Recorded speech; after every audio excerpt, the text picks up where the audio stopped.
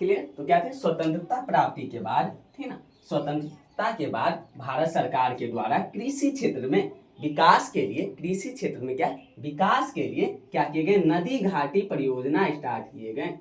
ध्यान से समझें, कौन सी परियोजना, नदी घाटी परियोजना, ताकि कृषि क्षेत्र का विकास हो, कृषि में सिंचाई क्षेत्र का विकास हो, इसके लिए। लेकिन जैसे ही इसका क्रियान्वयन करने का समय आया, उससे पहले उस समय के जो सरकार थे उन्हें इन चीजों के बारे में लग गया कि देखिए जो नदी घाटी परियोजना है ना, बस कृषि ही क्षेत्र का विकास नहीं होगा, इससे कई क्षेत्रों का विकास होगा। तो बस इसका एक उद्देश्य नहीं रहेगा कि बस कृषि क्षेत्र का विकास किया जाए या सिंचाई क्षेत्र का विकास किया, इसके अलावा इसके बहुत सारे उद्देश्य होंगे।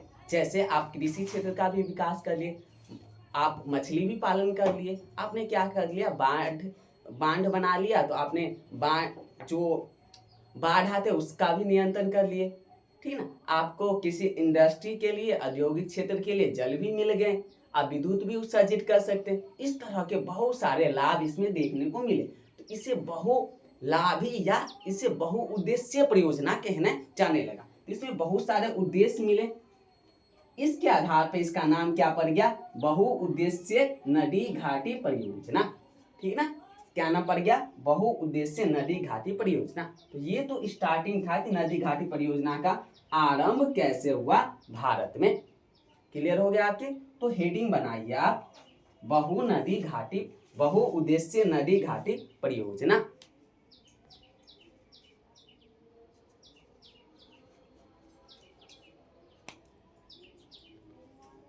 हेडिंग क्या है, बहुउद्देश्य नदी घाटी परियोजना, ठीक है ना। उसमें लिखिएगा, जो मैंने लिखा है उसी को लिखा देता हूं। लिखिए, सन 1947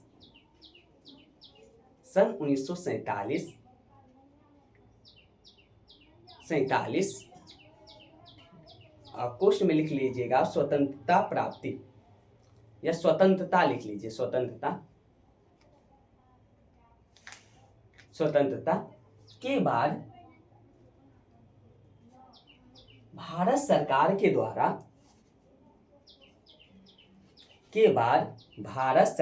द्वारा कृषि क्षेत्र में विकास हेतु,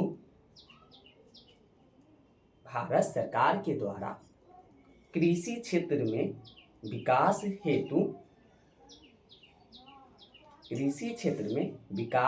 हेतु नदी घाटी परियोजना का आरंभ किया गया।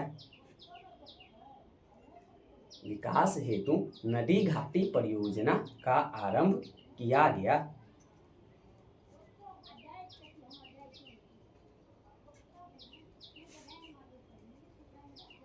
जिसके तहत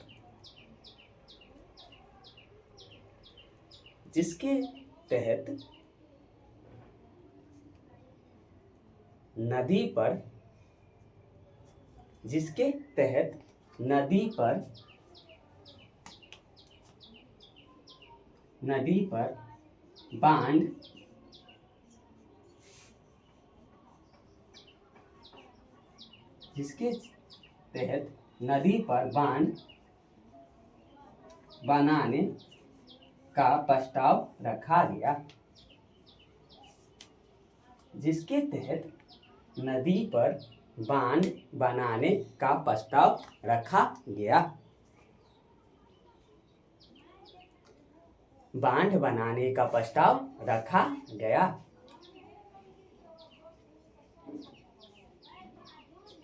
लिख लिए, पैराग्राफ चेंज करके लिखना है।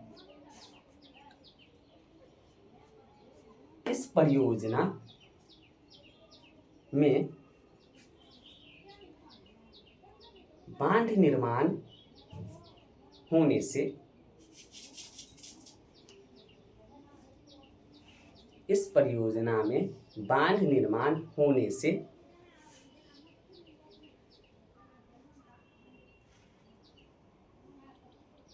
विभिन्न प्रकार के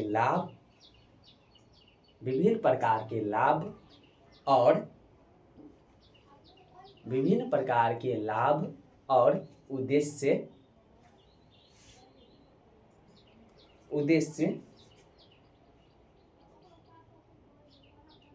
विभिन्न प्रकार के लाभ और उद्देश्य देखने को मिले। विभिन्न प्रकार के लाभ और उद्देश्य देखने को मिले, जिस कारण से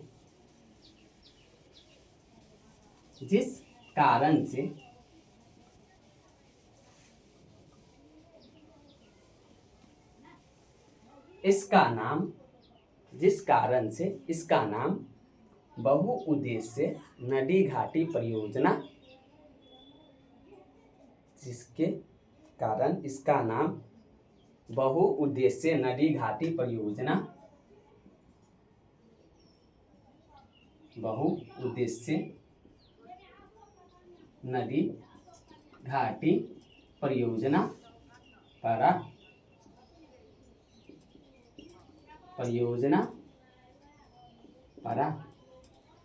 क्लियर हो गए आपके? बहुउद्देश्य नदी घाटी परियोजना परा। चलिए, तो समझ गया आप इसका नाम बहुउद्देश्य नदी घाटी परियोजना कैसे पड़े और क्यों पड़े? क्योंकि इसमें बहुत सारे उद्देश्य आए। वो कौन कौन से उद्देश्य इसमें आए थे बहुत सारे, उसे समझिए, ठीक ना। कौन कौन से उद्देश्य थे, ठीक ना इनका? तो पहला क्या था आपके कृषि क्षेत्र में विकास अर्थात सिंचाई। तो मैं लिख देता हूँ, पहला उद्देश्य था आपका कृषि और इसी में मैं लिख दे रहा हूँ सिंचाई। क्लियर है आपके? इसके अलावा आपका उद्देश्य क्या था? तो आपने बांध बना लिया, तो आपको क्या हुए, बांध बनाने से क्या हो गया, आपके बाढ़ का पानी का नियंत्रण हो गया। तो जल नियंत्रण आपने कर लिया, या मैं ये बोलूं कि बाढ़ नियंत्रण कर लिया। जल नियंत्रण से ज्यादा अच्छे क्या होंगे, मैं आपको लिखा दूं कि बाढ़ नियंत्रण किया आपने इनसे। इसके अलावा आपने क्या किया, मछली पालन। इसका उपयोग और क्या चीज में करने लगे, पेयजल के रूप में।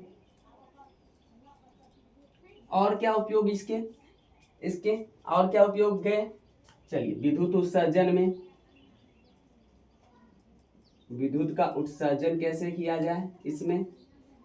और किस में गए आपके, औद्योगिक क्षेत्र में, औद्योगिक क्षेत्र में, कल कारखानों में इत्यादि इनके उपयोग देखने को मिले। आप खुद ही देखिए इनके कितने सारे उद्देश्य हैं, कितने सारे आप इनके उद्देश्य हैं, बहुउद्देश्य। इसलिए तो इतने सारे उद्देश्य जब देखने को मिले, इतने सारे उद्देश्य जब देखने को मिले, तो इसका नाम बहुउद्देश्य नदी घाटी परियोजना पड़ गई। इसका नाम बहुउद्देश्य नदी घाटी परियोजना पड़ गई। तो अगर आपसे पूछा जाए कि बहुउद्देश्य नदी घाटी परियोजना क्या है, ठीक ना, तो आप ये जरूर, जितने आपको पहले लिखा है वो लिख सकते हैं। क्यों इसका नाम बहु नदी घाटी परियोजना पड़ा, वो भी इन कारणों से पड़ा। और कैसे पड़ा वो तो मैंने आपको लिखित रूप से दे ही दिया। आप क्या कर सकते हैं, आप इसे इसी तरह फॉर्मेट में लिख लीजिए और 1 2 करके जैसे मैंने इसमें दिया है वैसे ही लिख लीजिए, ठीक है। ये उद्देश्य था, ठीक है, कि बहुउद्देश्य क्यों कहा गया। अब जितनी भी आप इसमें क्या होता है, बांध का निर्माण होता है। बहुउद्देश्य नदी घाटी परियोजना में बांध जो होते हैं, डैम जो होते हैं, उसका निर्माण हुआ था। तो आपके लिए ये भी है कि डैम से, बांध से क्या फायदा है, लाभ क्या है। तो इतने सारे चीज आप लिख सकते हैं, इसे आप नोट कर लीजिए, पहले हो जाए फिर आगे हम लोग चलेंगे।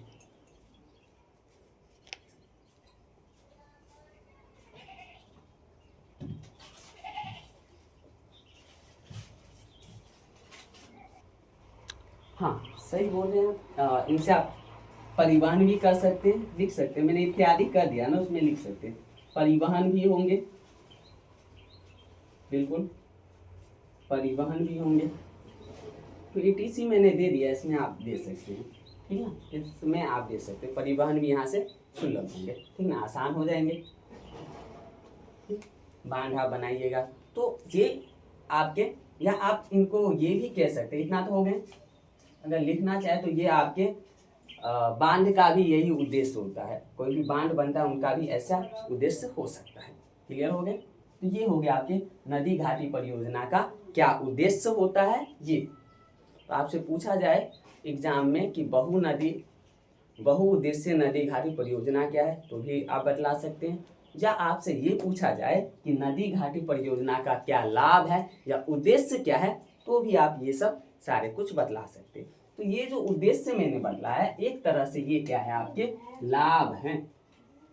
ये अगर हो रहे हैं तो आपका क्या हो रहे हैं, आपके लाभ हो रहे हैं, बेनिफिट हो रहे हैं आपके बहुउद्देशीय नदी घाटी परियोजना के। लेकिन इसके कई नुकसान भी हैं। तो आपके बहुउद्देशीय नदी घाटी परियोजना के लाभ या उद्देश्य समझ आ गए, ये क्या है, लाभ भी हैं। कई बार एग्जाम में आपके पूछ लेते हैं कि बहुउद्देशीय नदी घाटी परियोजना का क्या लाभ है, तो लाभ भी पूछा जाए तो आप ये 7 पॉइंट मैंने लिखा है, ये 7 पॉइंट पे लिख दीजिएगा तो बहुत अच्छे मार्क्स मिल जाएंगे। इसके अलावा हम लोग चलते हैं इसके हानि क्या है। तो लाभ तो हमने देख लिया, अब इसकी हानि देखते हैं। क्लियर, ये आपके लाभ थे, अब इनके हानि देखते हैं। इनके हानि क्या क्या है, कुछ हानि भी है, तो एक छोटा सा पॉइंट बना लीजिएगा, हानि। लाभ तो मैंने बतला दिया, अभी जो मैंने बतला वो सारे लाभ थे, इनके उद्देश्य थे। क्लियर है, अब इनके क्या है, हानि भी है। इनके क्या क्या हानि है वो देखिए। तो इसमें क्या होते हैं, बांध का निर्माण होता है, इस परियोजना में बांध बनाए जाते हैं। तो अगर हानि पूछा जाए, हानि क्या है इसका, तो हानि क्या क्या है इसे समझिए। पहला क्या हानि है आपके, आप जिस क्षेत्र पे बांध बनाइएगा, है ना, किसी नदी के ऊपर में, मान लीजिए ये नदी है, इसके ऊपर में आप क्या कीजिएगा, बांध का निर्माण कीजिएगा। क्लियर है, बांध का क्या कीजिएगा, निर्माण कीजिएगा। तो क्या करने होंगे आपको, सबसे पहले इस क्षेत्र में अगर किसी प्रकार के पारिस्थितिक तंत्र हैं, पर्यावरण, पेड़ पौधे हैं, ठीक ना, तो उन्हें आपको काटने पड़ेंगे। कहने का मतलब है पहले पर्यावरण की आप क्षति एक तो हो जाएंगे, क्या हो जाएंगे, यहाँ पे पर्यावरणीय क्षति होंगे। इस क्षति में क्या होंगे, वन की कटाई होंगे, वन की कटाई होते हैं। साथ ही साथ क्या होते हैं, वन की कटाई के साथ साथ आपको ये भी देखने को मिलेंगे कि इस क्षेत्र में क्या होंगे, जो जंगली जीव है ना, उसका भी आवास, जो रह रहे हैं उसके घर भी तो चले जाएंगे। तो क्या होंगे, आवास की क्षति होंगे। किसके आवास के, तो पर्यावरण में रहने वाले जो जानवर है, पशु हैं, या जो भी जीव जंतु हैं, उनके आवास क्या हो जाएंगे, नष्ट हो जाएंगे। क्लियर है, तो पर्यावरणीय क्षति 2 हो जाएंगे, 2 यहाँ पे मैंने बतला दिया। इसके अलावा क्या हो जाएंगे, इस क्षेत्र में बांध है तो यहाँ पे आप जल को रोक के रखे हैं, तो अगर किसी कारण बस बांध टूट गया तो आपके तो बाढ़ पूरे आ जाएंगे।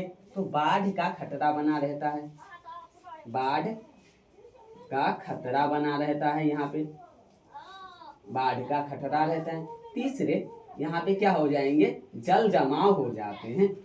जल जमाव होने से क्या होते हैं, जल जमाव होने से क्या होते हैं आपके, जल जमाव होने से किसी क्षेत्र में अगर जल जमाव हो रहे हैं तो उसके अगल बगल के क्षेत्र है, आसपास के जो क्षेत्र है, वहाँ दलदल होने की समस्या रहती है। वहाँ की भूमि क्या हो जाएंगे, दलदल नुमा हो जाएंगे, या उस क्षेत्र में भूकंप आने की संभावना होती है।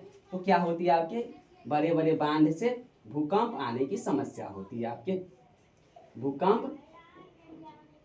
भूकंप आने की क्या होती है, आपकी संभावना होती है, भूकंप की संभावना होती है।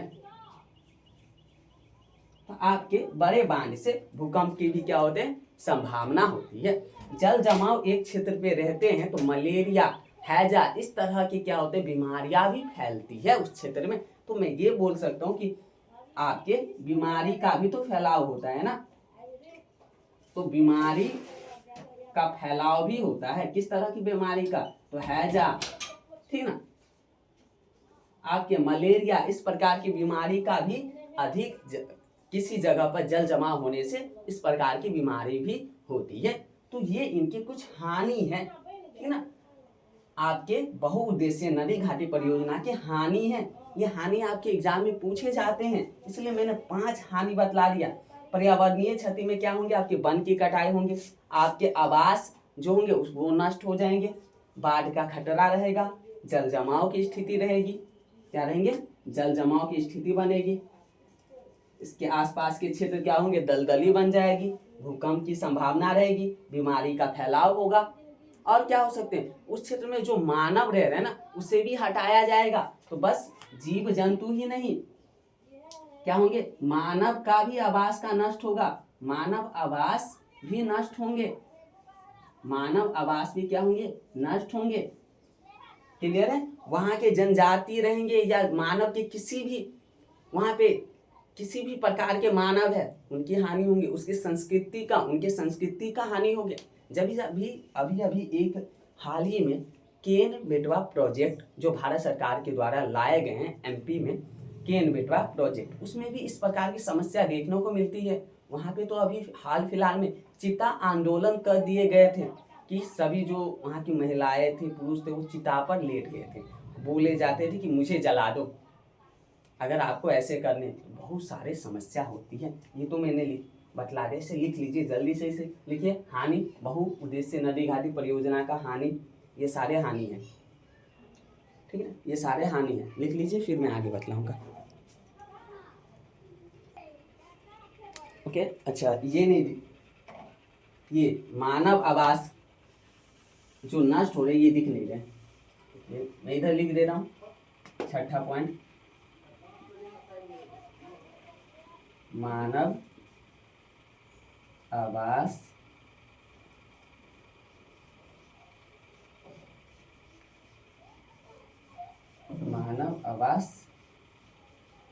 नष्ट या क्षति, मानव आवास की क्षति या नष्ट हो गया, वहाँ के सभ्यता संस्कृति ये सभी नष्ट हो जाएंगे।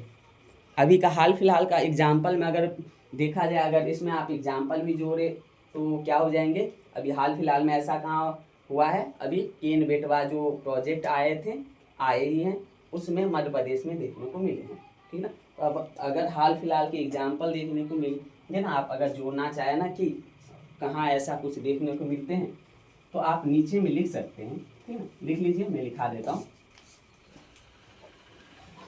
वर्तमान में लिखिएगा, वर्तमान में केन बेटवा प्रोजेक्ट, केन बेटवा ऐसे लिखना है, केन बेटवा परियोजना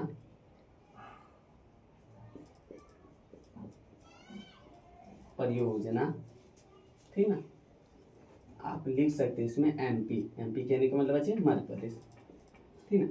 वर्तमान में केन बेटवा परियोजना में ऐसी हानि या क्षति देखने को मिली है,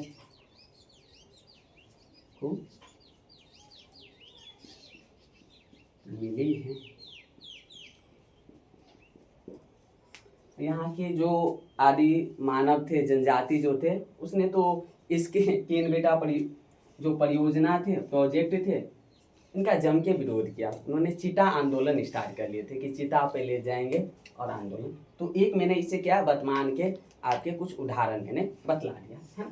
अब हम लोग बात करते हैं कि जो शुरुआत के 1947 के बाद जो कुछ क्षेत्र में नदी घाटी परियोजना बनी थी, उसे एक एक करके हम लोग पढ़ेंगे। तो उसके लिए मैं क्या करूँगा, एक आपके एक तालिका बनाऊंगा, उसी में कंप्लीट कर दूंगा 9 से 10 मैक्सिमम 9 से 10 जो है परियोजना, उसे एक ही लाइन में हम लोग एक ही में बार में कंप्लीट कर देंगे। तो आपकी क्या हो जाएंगे, मेरे साथ बनाइएगा, मैं कुछ आपकी तालिका बनवा दे रहा हूँ, उससे आप जब भी रिवीजन का रहे तो वहीं से आप रिवीजन कर लीजिएगा। क्या कीजिएगा आप, तो एक साल लिखिएगा, ऐसे कुछ कॉलम बनाइएगा, आप एक से नदी घाटी परियोजना लिख सकते हैं, नदी घाटी परियोजना, जैसे मैं लिख रहा हूँ वैसे ही लिखना, ताकि आपको समझ भी आ जाए और कम समय में ज़्यादा कुछ हो जाए। आपको देखना होगा कि किस नदी पे है ये परियोजना, आपके एग्जाम में पूछे जाते हैं किस नदी पे है और कौन कौन से राज्य में है, तो विस्तार कहाँ है, भारत के किस किस क्षेत्र में इसका विस्तार है या लाभ किन किन क्षेत्र को हो रहे हैं। तो लाभान्वित जो क्षेत्र होंगे, लाभान्वित क्षेत्र जहाँ पे जिनको लाभ हो, लाभान्वित जो क्षेत्र हैं जिन्हें लाभ होंगे वो क्षेत्र। और इस परियोजना की अगर कोई विशेषता है तो वो विशेषताएं भी हम लोग देख लेंगे। कुछ ये है, इस प्रकार के आप चार्ट बना लीजिए, इस प्रकार के चार्ट बनाइएगा तो काफी आसानी से आप सबको समझ आएंगे, काफी आसानी से समझ आएंगे। नदी घाटी परियोजना, नदी लाभान्वित क्षेत्र, विशेषता, ठीक ना। तो सबसे पहली जो नदी घाटी परियोजना जो थी वो थी बंगाल, जो पश्चिम बंगाल है यहाँ की दामोदर नदी घाटी परियोजना, ठीक है। तो भारत की, स्वतंत्र भारत की पहली जो नदी घाटी परियोजना थी वो क्या थे, दामोदर नदी घाटी परियोजना, है ना, दामोदर नदी घाटी परियोजना, ठीक। क्या थी पहली, दामोदर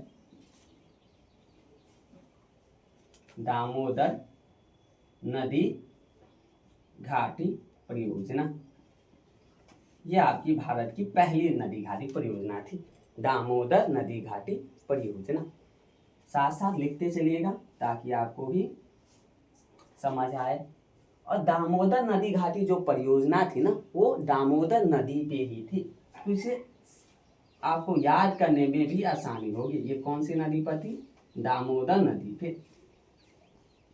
और ये परियोजना से लाभ किन किन क्षेत्रों को हुआ, तो दो जो राज्य हैं उस दो राज्यों को ज्यादा लाभ हुआ, कौन से, पश्चिम बंगाल और झारखंड, है ना। इस वाले से किन को ज्यादा लाभ हुए, एक हो गया आपके पश्चिम बंगाल, दूसरा क्षेत्र आपके क्या हो जाएंगे, झारखंड। इनको इन परियोजना से अधिक लाभ प्राप्त हुए।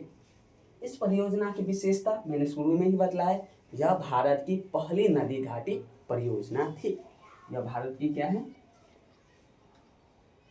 तो भारत की, स्वतंत्र भारत की नहीं बची, भारत की इससे पहले भी नदी घाटी परियोजना थी लेकिन यह स्वतंत्र भारत की पहली नदी घाटी परियोजना थी। तो आप विशेषता में लिख लीजिए, स्वतंत्र भारत की पहली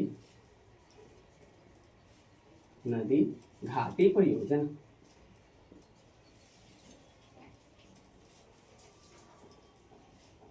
तो स्वतंत्र भारत की पहली नदी घाटी परियोजना थी दामोदर नदी घाटी परियोजना।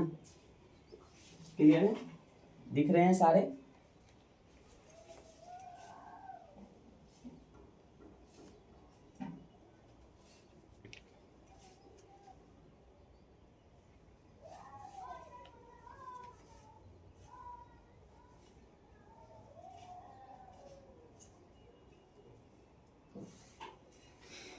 सारे दिख रहे हैं। तो ये भारत की पहली नदी घाटी परियोजना थी। दूसरे की ओर चलते हैं, दूसरा क्या है, भाखल नागर परियोजना। दूसरी परियोजना की हम लोग बात करते हैं।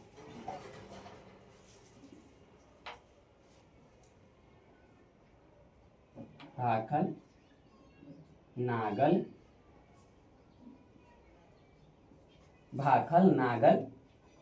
नदी घाटी परियोजना। भाखल नागल नदी घाटी परियोजना। भाखल नागल नदी घाटी परियोजना।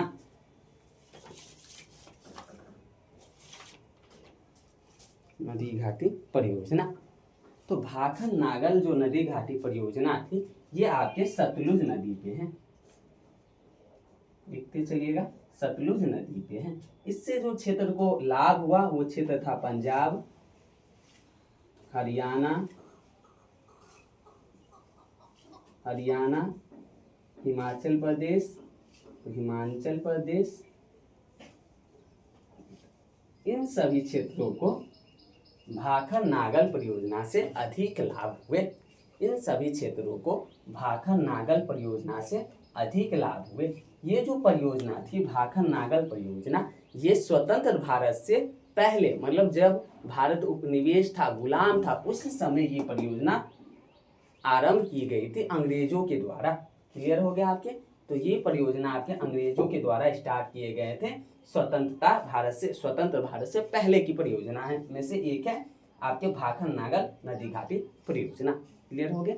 अब हम लोग बात करते हैं अगला। अगला क्या है आपके? तो मैं ऊपर वाला मिटा दे रहा हूं ताकि मैं अच्छे से लिख सकूं। इसके बाद क्या आपके क्या थे? हीराकुंड परियोजना। तीसरा में आप लिख सकते हैं हीराकुंड नदी घाटी परियोजना या हीराकुंड परियोजना। तो आपके तीसरा नंबर में थे हीराकुंड नदी घाटी परियोजना। तीसरा क्या आपके? हीराकुंड नदी घाटी परियोजना। हीराकुंड नदी घाटी परियोजना ये आपके महानदी पर थी। ये परियोजना आपकी महानदी पे थी, ठीक ना? और ये इस वाले परियोजना से सबसे अधिक जो लाभ हुआ ना, वो ओडिशा के क्षेत्र को हुआ। जो ओडिशा है उसे इस परियोजना से सबसे अधिक लाभ प्राप्त हुई। ठीक, ओडिशा को ही बच्चे उड़ीसा भी कहते हैं, तो इसे भी आप पोस्ट में लिख सकते हैं। उड़ीसा और ओडिशा एक ही हुए। ठीक है, तो ये आपके थे हीराकुंड परियोजना। ये थे आपके हीराकुंड परियोजना। हीराकुंड परियोजना, अगर मैं बात करूं हीराकुंड परियोजना की विशेषता की भी, तो हीराकुंड परियोजना विश्व और भारत दोनों की विश्व की सबसे लंबी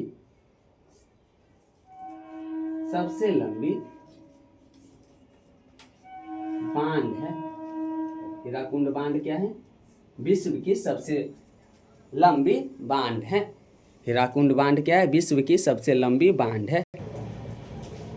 क्लियर हो गया आपके? तो हीराकुंड जो नदी घाटी परियोजना है या हीराकुंड जो बांध है ना, तो हीराकुंड बांध क्या है? विश्व या भारत के सबसे लंबी बांध है। क्लियर हो गया आपके? ये भी। अब चौथा जो देखते हैं ना, ये टिहरी बांध। चौथा क्या आपकी? टिहरी बांध है ना। टिहरी बांध का है? ये टिहरी बांध आपके भागीरथी नदी पे है। भागीरथी नदी पे है आपके टिहरी बांध। टिहरी बांध क्या आपके कहाँ है? भागीरथी नदी पे। टिहरी बांध आपके हैं भागीरथी नदी पे। टिहरी बांध कहाँ है आपके? भागीरथी नदी पे है, ठीक ना। और इससे कौन कौन क्षेत्र को लाभ हो रहे हैं? तो इससे अगर लाभ की बात करें तो उत्तराखंड सबसे पहले, उत्तराखंड, हाँ, उत्तर प्रदेश को भी इससे लाभ हो रहे हैं। बिल्कुल, उत्तराखंड, उत्तर प्रदेश, इन सभी को टिहरी बांध से अधिक लाभ मिले हैं। ठीक ना, क्लियर है? टिहरी बांध लिख लीजिए, फिर आगे की बांध हम लोग देखते हैं। लिख लिए? तो अगर लिख लिए तो आपको मैं आगे मैं बतला देता हूँ। तो टिहरी बांध भी हो गए आपके। अब हम लोग 5वां नंबर देखते हैं, ठीक ना, ध्यान से। अब 5वां नंबर देखते हैं। 5वां नंबर क्या देखते हैं? तो देखते हैं आपके नागा अर्जुन सागर बांध। 5वां नंबर दे दीजिए आप, नागा अर्जुन सागर बांध।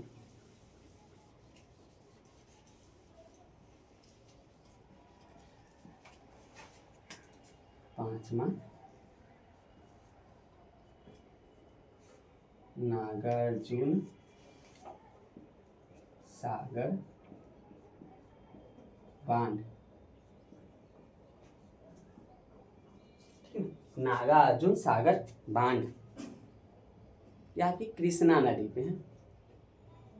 नागार्जुन सागर बांध ये कौन सी नदी पे है? कृष्णा नदी पे है। कौन सी नदी पे है ये? कृष्णा, बिल्कुल। नागार्जुन सागर बांध कौन सी नदी पे? कृष्णा नदी पे है, ठीक है। इस बांध से ज्यादातर लाभ आंध्र प्रदेश, तेलंगाना, आंध्र प्रदेश के हुए हैं, तेलंगाना को भी इससे हुए हैं, तेलंगाना को भी इस नदी से जो बांध से ज़्यादा होते हैं फायदे, तो आंध्र प्रदेश, तेलंगाना इन सबको ज़्यादातर है। छठा देख लेते हैं हम लोग। छठा हो गया, पांचवा। छठा देख लेते हैं। हाँ, एक कोयना बांध भी पूछ लेते हैं। कोयना जो बांध है आपके, है ना, कोयना जो बांध है वो आपके कोयना एक नदी है महाराष्ट्र में, उसी पे है, और इससे छोटा सा बांध है, तो बस इससे महाराष्ट्र को ही लाभ होते हैं, कोयना बांध। तो आप छठा में लिख सकते हैं कोयना बांध, है ना। हो गया, मैं ऊपर वाला मिटा दे रहा हूँ ताकि मैं जल्दी से आपको ये कंप्लीट करवा दूँ, ये टेबल जो बांध वाले हैं। ये हो गया। सातवां अगर आप देखें तो सरदार सरोवर बांध देख लेते हैं। सरदार सरोवर बांध, सरदार सरोवर जो बांध है ये आपके नर्मदा नदी पे है, नर्मदा नदी, ठीक। सरदार सरोवर बांध आपके किस पे है? नर्मदा नदी पे है। सरदार सरोवर जो बांध है इस किस पे है? नर्मदा नदी पे है। इससे, ठीक ना, इससे बेसिकली 4 राज्य को ज्यादा फायदे हैं, और इसे अभी वर्तमान के माने जाते हैं कि सबसे बड़ी परियोजना है, और या मैं बोलूँ सबसे अधिक लाभान्वित परियोजना है, बेनिफिट देने वाली परियोजना में से एक होने वाले सरदार सरोवर बांध ऐसे माने जाते हैं। तो इससे आपके गुजरात, आपके महाराष्ट्र, मध्य प्रदेश और एक और राजस्थान के जो निचले क्षेत्र हैं, दक्षिणी राजस्थान, वहाँ को इसकी मिलेगी। तो ये 4 राज्य में ज्यादातर वर्तमान के इसे माने जा रहे हैं कि सबसे अधिक लाभ प्रदान करने वाले परियोजना में से एक है। ये अभी माने जाते हैं इसके, है ना, ये माने जा रहे हैं।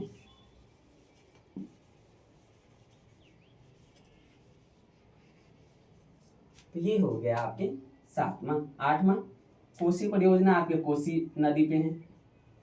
कोसी परियोजना आपके किस पे है? कोसी नदी पे है। और कहाँ है? तो बिहार में। ज़्यादातर लाभ इससे बिहार के क्षेत्र को है, क्योंकि छोटे से ज़्यादा बड़े परियोजना में से नहीं है। तो कोसी परियोजना आपके 8वां नंबर में दे दीजिए। कोसी परियोजना, कोसी परियोजना 8वां नंबर में। चलिए अब 9वां चलते हैं।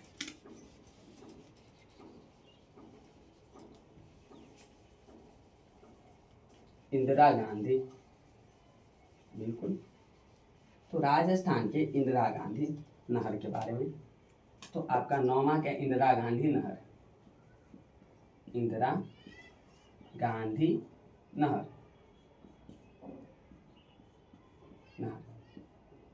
क्लियर है? इंदिरा गांधी नहर ये क्या है? ये आपके सतलुज नदी पे है, सतलुज नदी पे है। इससे जो क्षेत्र को है लाभ, जिस क्षेत्र को पता है प्राप्त है, वो पंजाब है, आपके हरियाणा है, इससे आपको राजस्थान को बहुत अधिक लाभ प्राप्त हुए। तो ये कुछ क्षेत्र है जिसे लाभ प्राप्त हुए।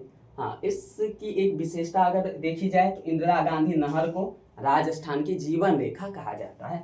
इसे क्या बोले जाते हैं? राजस्थान की राजस्थान की जीवन रेखा। इंदिरा गांधी नहर को राजस्थान की जीवन रेखा कहा जाता है। इंदिरा गांधी नहर को राजस्थान की जीवन रेखा कहा जाता है। तो ये हो गया आपके 9 नंबर। अगला भी देखते हैं अभी।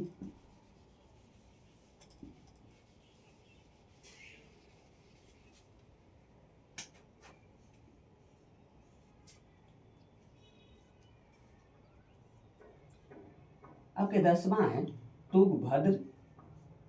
तुंगभद्र परियोजना या तुंगभद्र, हाँ परियोजना ही मैं लिख देता हूँ जरा सा। तुंगभद्र परियोजना आपके 10वां क्या है? तुंगभद्र परियोजना। तुंगभद्र परियोजना कहाँ है आपकी? तो तुंगभद्र नदी पे ही है। तुंगभद्र परियोजना आपके तुंगभद्र नदी पे ही है। तुंगभद्र नदी पे ही ये है। ठीक, इससे आपके तेलंगाना, आंध्र प्रदेश इन सबको ज्यादातर लाभ हुए हैं। तुंगभद्र जो परियोजना है इससे आपके तेलंगाना,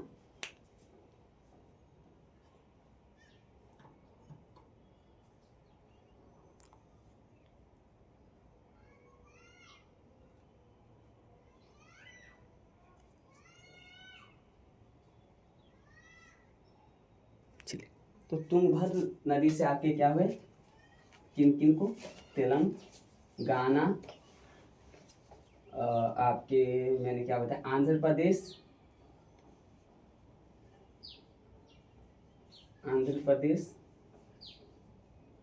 इन सभी क्षेत्रों को, कर्नाटक इन सभी क्षेत्रों को सबसे अधिक लाभ प्राप्त हुए हैं। साथ ही साथ ये भारत के सबसे ऊंचे बांध भी हैं। ये साथ ही साथ भारत के सबसे ऊंचे बांध भी हैं। सबसे ऊंचा बांध भी है। देखिए सबसे लंबा बांध और सबसे ऊंचा में अंतर होते हैं, ठीक ना। मैंने लंबा भी बतलाया था, सबसे लंबा कौन से होते हैं, और तुंगभद्र क्या है आपके सबसे ऊंचा बांध है। तो ये इनके एक विशेषता हो गई, ठीक ना। हो गया। अब 1-2 और है, उसे भी क्लियर करते हैं। पहले इतना लिख लीजिए।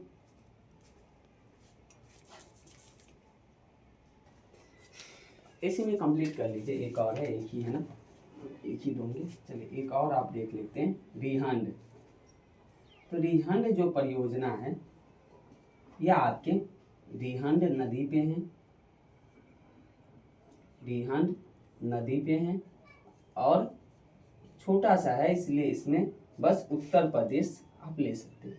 उत्तर प्रदेश को इससे काफी लाभ है, ठीक है ना। इस परियोजना जहाँ पे रिहंद परियोजना या रिहंद बांध बनाई गई है, वहीं पे आपके क्या है, तो वल्लभ भाई पंत सागर भी है। तो गोविंद सागर और वल्लभ भाई पंत, यहीं पे आपके क्या है, वल्लभ भाई पंत सागर भी है। वल्लभ भाई पंत सागर भी यहीं पे आपको है। वल्लभ भाई पंत सागर भी आपको यहाँ पे रिहंद परियोजना पे देखने को मिलेंगे। एक चार्ट, ये पूरा एक चार्ट है, इसको आप जब भी परियोजना वाले हैं ना, एक बार इसे अच्छे से पढ़ लीजिएगा, याद कर लीजिएगा। तो जितने भी क्वेश्चन आएंगे आपके ऑब्जेक्टिव और सब्जेक्टिव, जो कि आपके नदी घाटी परियोजना से होंगे, सारे हो जाएंगे। हाँ, इसका लाभ पूछा जाए तो मैंने लाभ बताया नदी घाटी परियोजना का शुरू में, सारे लाभ इस पे भी चिपका देने हैं, ठीक ना। बस इतना सा काम करने। ये सारे टेबल थे, इससे ज़्यादा नहीं, इतना काफ़ी है। एग्जाम में भी आपके पूछे जाते हैं, ठीक है। तो आप यहाँ पे कर सकते हैं। कुछ और भी बात हम लोग समझते हैं, जैसे यहाँ पे, चलिए इसे मिटा देते हैं, फिर हम लोग बात करते हैं। सभी लिख लिए होंगे। जैसे कुछ और भी हम लोग बात करते हैं, कुछ और क्या बात करते हैं। तो ये तो मैंने चार्ट जो है वो से बनवा दिया आप लोग को, ठीक। चार्ट के बाद कुछ और भी कुछ बात कर लेते हैं इस पे। वो क्या चीज़ है, तो जैसे आपके क्या थे, तो सबसे पहली जो थी दामोदर नदी घाटी परियोजना। ये जो दामोदर नदी थी ना, इसे बंगाल का सोग कहा जाता था। बंगाल का शोक कहा जाता था। ये नदी क्या है? बंगाल की शोक नदी है। कहने का मतलब है ये बंगाल का इसे शोक कहा जाता था, दुख वाली। ये जब भी आती थी ये नदी क्या लेके? बाढ़ लेके, तो बंगाल के कई क्षेत्रों के तहस नहस कर देते थे, इसलिए इसे शोक कहा जाता था। तो दामोदर नदी बंगाल के शोक थे, अब नहीं है, ये थे। क्लियर है आपके? वहीं आपके कोसी नदी क्या है? कोसी नदी आपके क्या है? कोसी नदी क्या है आपके? कहाँ के शोक है? तो बिहार के शोक हैं, बिहार के शोक हैं। बिहार के शोक नदी कौन सी है? कोसी नदी। ठीक है ना? इन दोनों को आप नोट में ऐड कर लीजिए। कोसी नदी बिहार की शोक नदी है, वहीं दामोदर नदी बंगाल की शोक नदी हुआ करती थी, अब नहीं है।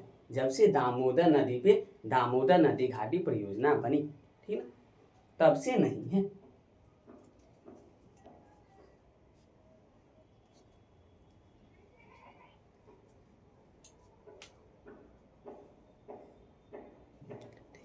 तो दामोदर नदी घाटी परियोजना और कोसी नदी घाटी परियोजना, क्लियर है?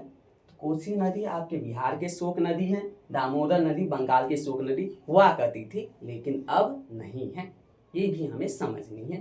तो ये तो हो गए, ठीक है, इसे नोट कर लीजिए। फिर मैं कुछ और तथ्य भी बतलाऊंगा इससे जुड़े। हाँ, बुक में कुछ झील भी दिए होंगे, उसे कर लेना किसके पास कौन से झील है। चलिए इसे मैं करवा दिया। अब चलते हैं हम लोग कि ये तो हो गया आपके टोटल नदी घाटी परियोजना, जहाँ से आपके आते हैं क्वेश्चन आते हैं, है ना? ये सारे से आपके क्वेश्चन आते हैं, ठीक। अब इसके विरोध भी, इनके विरोध भी हुए। जैसे सरदार सरोवर जो बांध हुए, उनके बहुत ज़्यादा विरोध हुए। क्यों हुए विरोध? तो बोलते थे ये बांध जो बनने हैं ना, इनसे पर्यावरण की काफ़ी क्षति होगी, नर्मदा नदी पे होंगे, इसलिए इसको नर्मदा बचाओ आंदोलन भी कहे गए थे। तो कुछ पर्यावरण और नदी से जुड़े जो आंदोलन थे, उसमें से आपके नर्मदा बचाओ आंदोलन भी थे, ठीक ना? तो आप नर्मदा बचाओ आंदोलन लिख लीजिए। हाँ? क्या थे? नर्मदा बचाओ आंदोलन, नर्मदा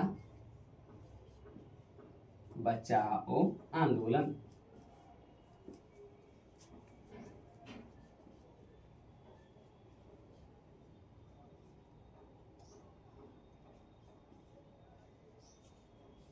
नर्मदा बचाओ आंदोलन। कारण क्या था इस आंदोलन के होने के?